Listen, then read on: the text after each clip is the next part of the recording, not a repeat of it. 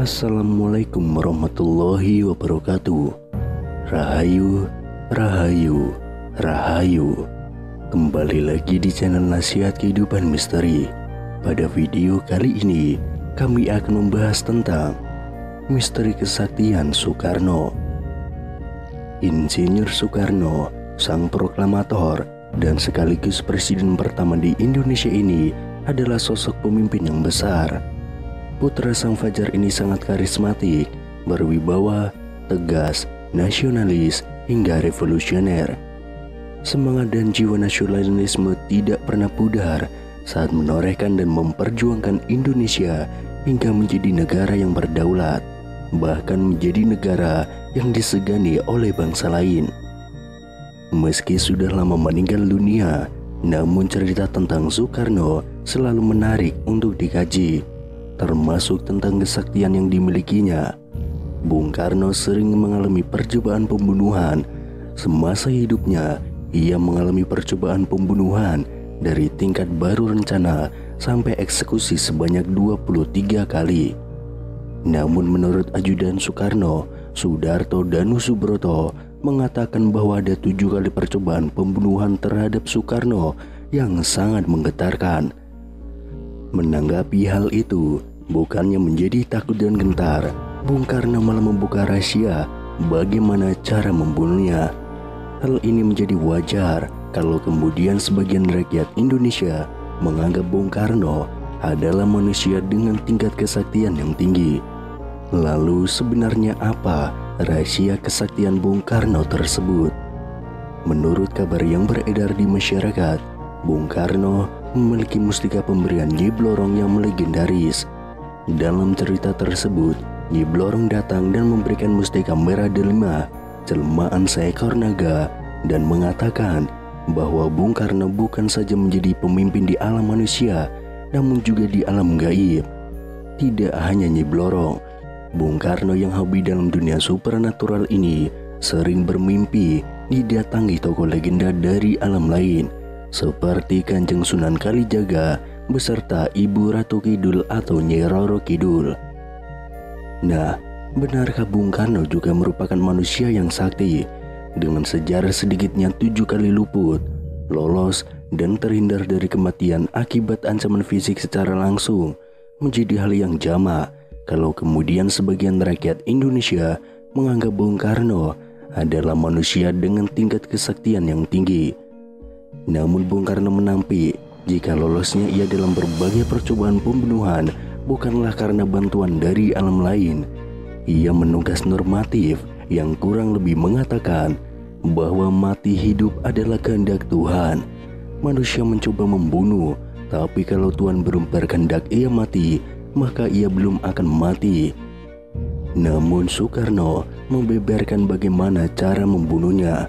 Menurutnya rakyatlah yang membuatnya tetap hidup, sehingga untuk membunuhnya cukup menjauhkannya dari rakyatnya. Semua yang kucapai selama di dunia ini adalah karena rakyatku. Tanpa rakyat aku tidak bisa apa-apa. Jadi tidak perlu senapan, bom, apalagi pesawat tempur hanya untuk membunuh seorang Bung Karno. Jauhkan saja aku dari rakyatku, maka aku akan mati secara perlahan-lahan. Benar saja, ayah dari Megawati Soekarno Putri ini selalu lolos meski dihujani granat, bahkan bom dari pesawat tempur. Percobaan pembunuhan pernah terjadi pada 30 November tahun 1957. Presiden Soekarno datang ke perguruan Cikini atau Percik, tempat bersekolah putra-putrinya. Dalam rangka perayaan ulang tahun ke-15, granat tiba-tiba meledak di tengah pesta penyambutan presiden. 9 orang tewas, 100 orang terluka, termasuk pengawal presiden. Soekarno sendiri beserta putra-putrinya selamat. 3 orang ditangkap akibat kejadian tersebut. Mereka perantauan dari Bima yang dituduh sebagai antek teror gerakan DITII. Percobaan pembunuhan kedua terjadi pada 9 Maret tahun 1960. Tepat siang bolong, istana presiden dihentakkan oleh ledakan yang berasal dari tembakan kanon 23 mm pesawat MiG-17 yang dipiloti oleh Daniel Monclar. Monclar adalah letnan angkatan udara yang dipengaruhi Permesta. Kanon yang dijatuhkan Monclar menghantam pilar dan salah satunya jatuh tidak jauh dari meja kerja Soekarno. Untunglah Soekarno tidak ada di situ. Soekarno tengah memimpin rapat di gedung sebelah Istana Presiden. Kemudian pada April tahun 1960, Perdana Menteri Uni Soviet saat itu, Nikita Khrushchev, mengadakan kunjungan kenegaraan ke Indonesia. Dia menyempatkan diri mengunjungi Bandung, Yogyakarta, dan Bali. Presiden Soekarno menyertainya dalam perjalanannya ke Jawa Barat. Tatkala sampai di jembatan Raja Mandala, ternyata sekelompok anggota DITII melakukan pengadangan. Beruntung pasukan pengawal presiden sigap meloloskan kedua pemimpin dunia tersebut. Kemudian pada 7 Januari tahun 1962, Presiden Soekarno tengah berada di Makassar. Malam itu, ia menghadiri acara di gedung olahraga Mato Angin.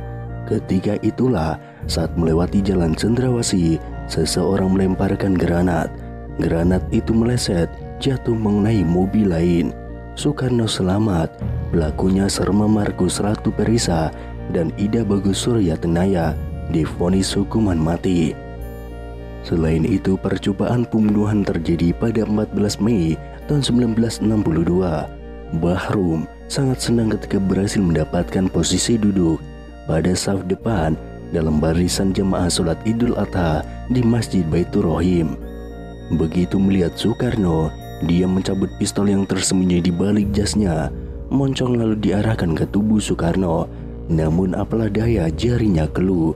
Dalam sepersekian detik, ketika tersadar, arahnya pun melenceng dan peluru meleset dari tubuh Soekarno, mencerembet Ketua DPR GRJ Haji Zainul Arifin.